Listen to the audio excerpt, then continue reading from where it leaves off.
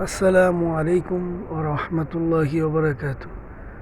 আশা করি সবাই ভালোই আছেন, সুস্থ আছেন এবং ভালো থাকেন, সুস্থ থাকেন এই কামনাই আমার সবসময় আল্লাহর কাছে। তো দেখতেই পাচ্ছেন আমাদের এই শারজা আলতেই এলাকায় প্রচুর পরিমাণে বৃষ্টি হয়েছে। তো বৃষ্টি হওয়ার পরে আমাদের যে এখানে যে খালটা আছে, এই খালটা দেখতেই পাচ্ছেন পরিপূর্ণভাবে কোনায় কোনায় ভরে আছে।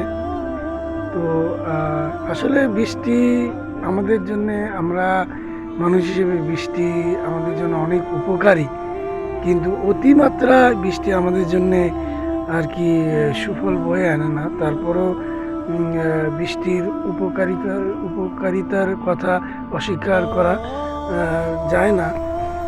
তো যাই হোক, আমরা কোমল প্রাণ মানুষ অল্পতেই ঘাবড়ে যাই।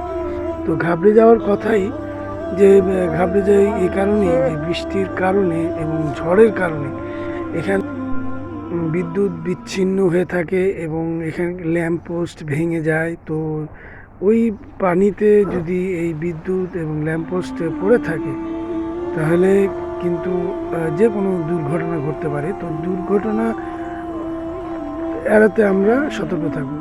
দেখতেই পাচ্ছেন যে এই খালটার যে পানি কিভাবে এখান দিয়ে যাচ্ছে, নিচে এখানে আন্ডারগ্রাউন্ডে পাইপ দেওয়া আছে, ওই পাইপের মাধ্যমে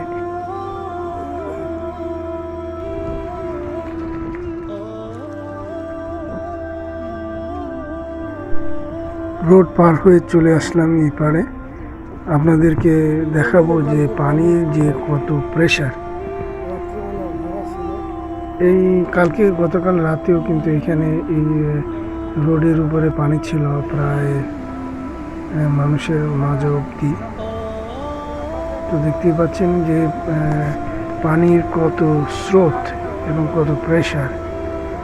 আসলে এটা পর্যাপ্ত পরিমাণে ড্রেনেজটা বড় না, যার কারণে কালকে রাতের বেলায় এই রাস্তার উপরে পানি উঠে যায় এবং বিভিন্ন এলাকা ছড়িয়ে প্লাবিত হয়।